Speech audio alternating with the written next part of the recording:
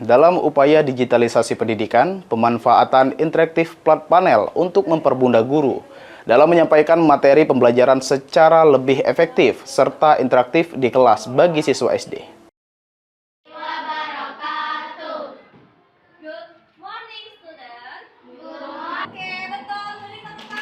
Digitalisasi pendidikan menjadi fokus pemerintah dalam meningkatkan kualitas pada pembelajaran di tengah pesatnya perkembangan teknologi informasi. Pemanfaatan sarana pembelajaran berbasis digital dinilai penting untuk mendukung proses belajar mengajar yang lebih efektif dan interaktif di sekolah.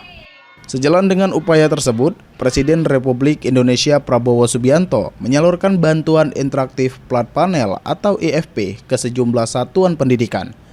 Di antaranya SD Negeri 20 Martapura, Kabupaten Oku Timur. Bantuan tersebut merupakan bagian dari program pemerintah untuk mendukung informasi pendidikan digital. IFP yang disalurkan berupa layar sentuh interaktif berukuran 75 inci yang difungsikan sebagai papan tulis digital. Perangkat ini memudahkan guru dalam menyampaikan materi pembelajaran secara visual dan interaktif, sehingga membantu siswa memahami pembelajaran dengan lebih cepat.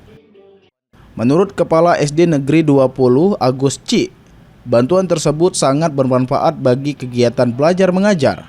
Menggunakan IFP dinilai mampu meningkatkan minat dan kreatif siswa dalam mengikuti pembelajaran di kelas. Dari anak-anak dengan adanya layar interaktif ini, itulah dia belajarnya makin bergairah dan juga makin termotivasi. Terbukti anak-anak itu selalu menunggu jadwalnya untuk mengikuti kegiatan belajar melalui IFP ini. Kami sebagai murid SD Negeri 20 Martapura sangat senang dengan audio dan visual yang ditampilkan melalui IFP ini. Dengan IFP ini pembelajaran menjadi lebih menarik dan interaktif. Dengan IFP ini juga kami akan lebih semangat dalam belajar. Dengan adanya interaktif plat panel atau IFP, diharapkan dapat menarik minat belajar siswa sekolah dasar itu sendiri, sehingga generasi yang cerdas dapat benar-benar dihasilkan. Francisco Ari Karuana, Pal TV.